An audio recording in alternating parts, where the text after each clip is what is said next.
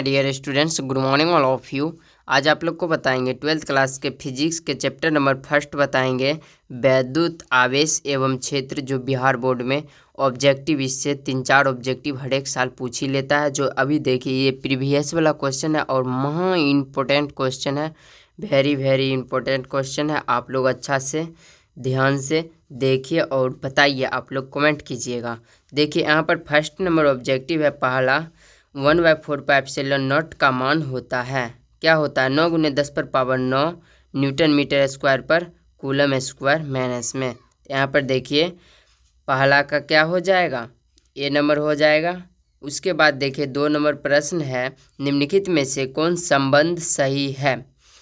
E vector equal to F vector बट्टे Q, ये संबंध सही है। उसके बाद देखिए यहाँ पर वैद्युत द्विध्रुव आघूर्ण का SI मात्रक होता है। आप लोग इसको सेंटीमीटर नहीं पढ़ लीजिएगा, ये क्योंकि यह कूलम मीटर है, इसको ए नंबर होगा कूलम मीटर।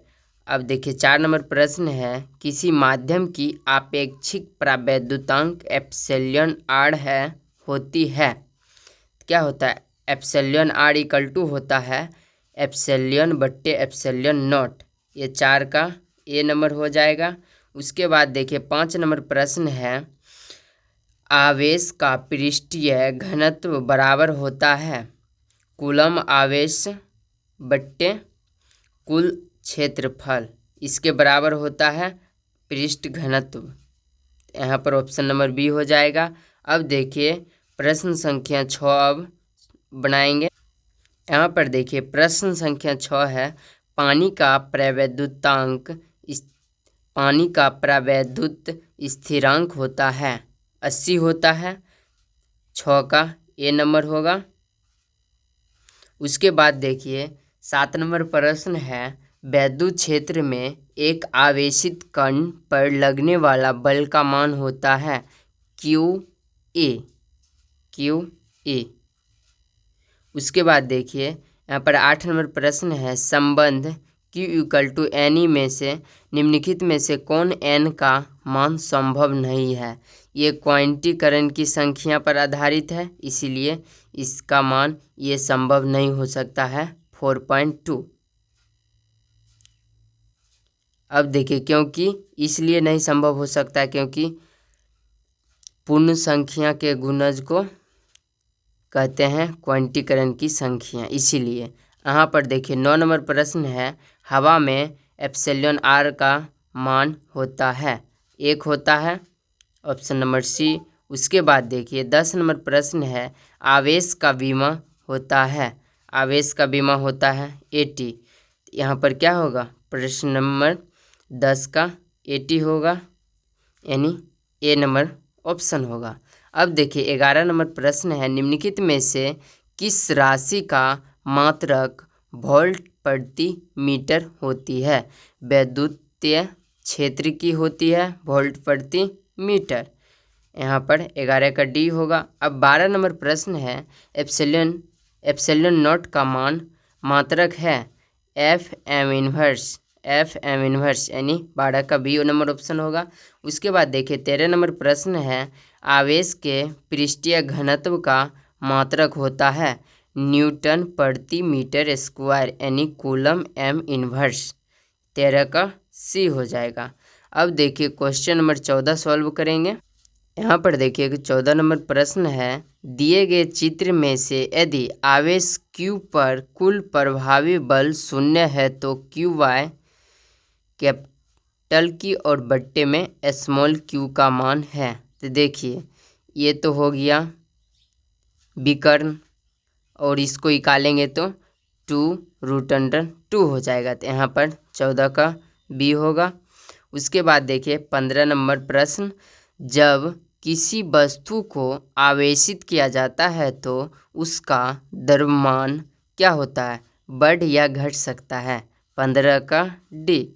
उसके बाद 16 नंबर प्रश्न है, पी वेक्टर आघूर्ण वाला एक वैद्युत द्विध्रुव ई वेक्टर तीव्रता वाले वैद्युतीय क्षेत्र में रखा जाए तो उस पर लगने वाला टॉर्क होगा। P vector cross E vector, यानी 16 का ए होगा। अब देखिए प्रश्न नंबर 17 सॉल्व करेंगे। देखिए यहाँ पर 17 नंबर प्रश्न तो कॉपी पर बताना पड़ेगा आप लोग को। उसके बाद देखिए 18 नंबर, ये 17 नंबर प्रश्न आप लोग को कॉपी पर बताएंगे। अब देखिए यहाँ पर 18 नंबर प्रश्न है, एक आवेशित चालक की सतह के किसी बिंदु पर वैद्युतीय क्षेत्र की तीव्रता होती है, सतह पर लंबवत होती है, यानी 18 का बी होगा। सब देखिए क्वेश्चन पूछा हुआ है, ये 2015 में पूछा हुआ क्वेश्चन है। अब देखिए 19 नंबर क्वेश्चन है, निर्वात में आकाश का परावैद्युतांक होता है 8.85 गुने 10 पर पावर -12 FM इनवर्स, यानी 19 का सी नंबर। उसके बाद देखिए 20 नंबर प्रश्न है, वैद्युत क्षेत्र ई वेक्टर का SI मात्रक होता है यानी बी नंबर ऑप्शन होगा न्यूटन कूलम इनवर्स, यानी न्यूटन प्रति कूलम होगा, 20 का बी नंबर ऑप्शन होगा। उसके बाद देखिए 21 नंबर प्रश्न है, एक स्थिर coulomb equal to dash coulomb होता है, यानी एक स्थिर कूलाम है उसका मान कितने कूलाम के बराबर होता है, 1/3 गुना 10 पर पावर -9 कूलाम के बराबर होता है। 21 का डी नंबर प्रश्न सही होगा। उसके बाद देखिए 22 नंबर प्रश्न है, एक कूलाम आवेश इक्वल टू डैश ESU, यानी ESU का मतलब होता है electron state unit, electron state unit होता है ESU का मतलब। यहाँ पर देखिए एक कूलाम आवेश इक्वल टू, यानी इसके बराबर क्या होता है 3 गुने 10 पर power 9 ESU, electron state unit, यानी 22 का ए नंबर होगा सही। उसके बाद देखिए 23 नंबर प्रश्न सॉल्व करेंगे।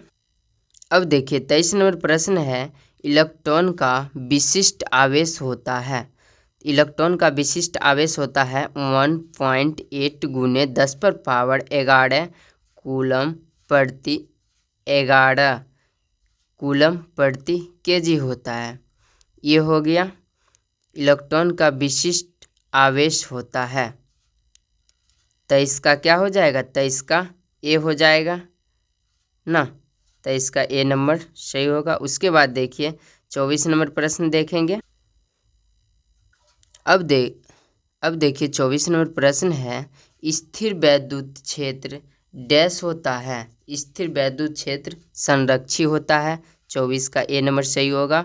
उसके बाद देखिए इनमें से कौन सी राशि या राशियां अदिश है, आवेश ई भी अदिश है, ई भी राशियां अदिश है, धारिता ई भी अदिश है, और विभव ये भी अदिश है, यानी उपयुक्त सभी, यानी डी नंबर प्रश्न हो, डी नंबर ऑप्शन सही होगा। उसके बाद देखिए 26 नंबर है प्रश्न, किसी बिंदु पर वैद्युत क्षेत्र की तीव्रता होती है E=F/Q होता है, E=F/Q, यानी 26 का बी नंबर ऑप्शन सही होगा। उसके बाद देखिए आवेश का पृष्ठीय घनत्व होता है, आवेश का पृष्ठीय घनत्व होता है। यहाँ पर देखिए आवेश का पृष्ठीय घनत्व बराबर होता है सिग्मा = Q/A, यानी 27 का ए नंबर होगा सही। उसके बाद देखिए 28 नंबर प्रश्न है, कूलम्ब नियम का सदिश रूप होता है, कूलम्ब नियम का सदिश रूप होता है। सबसे पहले आप लोग कूलम्ब नियम जानते होंगे, F= होता है 1/4πε0 और इंटू में Q1/Q2/R होता है। उसके बाद यहाँ पर देखिए R² होता है, तो ये R कट जाएगा, ये चलते हैं ऑप्शन नंबर यहाँ पर देखिए ए नंबर होगा। पढ़ते हैं F= 1/4πε0 into Q1 into Q2/R पर मॉड R वेक्टर, और उस पर मॉड और उस पर पावर Q और R पर फिर वेक्टर, यानी 28 का ए नंबर होगा सही। उसके बाद देखिए 29 नंबर प्रश्न है, निम्नलिखित में से कौन इलेक्ट्रॉन पर आवेश के लिए सही होगा। देखिए इलेक्ट्रॉन का आवेश तो निश्चित तो नहीं बता सकते हैं, बट ये देखिए क्या 29 का डी नंबर सही होगा, क्योंकि सब पर देखिए 18 है, 16 है, 17 है, इस पर है 1.602 गुना 10 पर पावर -19 कूलम, यानी 29 का डी नंबर सही होगा। देखिए ये 2022 में प्रश्न पूछा गया है। अब देखिए 30 नंबर प्रश्न है, वैद्युत तीव्रता का SI मात्रक, वैद्युत तीव्रता का SI मात्रक होता है न्यूटन प्रति कूलम। वैद्युत तीव्रता का SI मात्रक क्या होता है? न्यूटन प्रति कूलम। तो यहाँ पर 30 का B नंबर हो जाएगा। अब देखेंगे 31 नंबर प्रश्न। अब देखिए 31 नंबर प्रश्न है, दो आवेश Q को मिलाने वाली रेखा के बीच एक आवेश Q रखा जाए तो आवेश के इस व्यवस्था में संतुलन के लिए Q का मान होगा। तो यहाँ पर B नंबर ऑप्शन होगा माइनस में Q/4, यानी 31 का B नंबर होगा। उसके बाद देखिए अब यहाँ पर 32 नंबर प्रश्न देखिए, दो आवेश के बीच वैद्युतीय बल एवं गुरुत्वीय बलों के अनुपात निम्नलिखित में से किस रूप क्रम में होता है? यानी 32 का A नंबर होगा, 10 पर पावर 42 के रूप क्रम में होता है। अब देखिए 33 नंबर प्रश्न है, वैद्युतीय द्विध्रुव आघूर्ण P वेक्टर एवं वैद्युतीय क्षेत्र की तीव्रता E वेक्टर के बीच कोण का मान कितना होगा कि द्विध्रुव स्थिर समाव्यवस्था स्थिर में रहे? यानी 0 होगा। 33 का D नंबर सही होगा ऑप्शन। उसके बाद देखिए निम्नलिखित में से कौन भौतिक राशि सदिश है? निम्नलिखित में से 34 नंबर प्रश्न है, निम्नलिखित में से कौन भौतिक राशि सही सदिश है? यहाँ पर 34 का क्या हो जाएगा? D हो जाएगा, वैद्युत तीव्रता। 34 का D। उसके बाद देखिए 35 नंबर प्रश्न है, दो वैद्युत आवेशों के बीच लगने वाला बल को नियंत्रित करने वाले नियम को कहा जाता है? कूलॉम का नियम कहा जाता है। 35 का D हो जाएगा। अब देखिए 36 नंबर प्रश्न है, परावैद्युतांक का SI मात्रक। परावैद्युतांक का SI मात्रक होता है coulomb square Newton inverse m² inverse, यानी 36 का D नंबर सही होगा। उसके बाद देखिए 37 नंबर प्रश्न है, प्रति एकांक आवेश पर लगने वाला बल को कहते हैं वैद्युत क्षेत्र कहते हैं, यानी 37 का C हो जाएगा, 37 का C। उसके बाद देखिए प्रश्न नंबर 38 आप सॉल्व करेंगे। देखिए यहाँ पर 38 नंबर प्रश्न है, आवेश पर परिणामीकरण दर्शाता है कि डैश। यहाँ पर देखिए अब 38 का क्या होगा? 38 का होगा आवेश जो एक इलेक्ट्रॉन पर आवेश का एक अंश है संभव नहीं है। देखिए यहाँ पर ऑप्शन नंबर A हो जाएगा, 38 का A।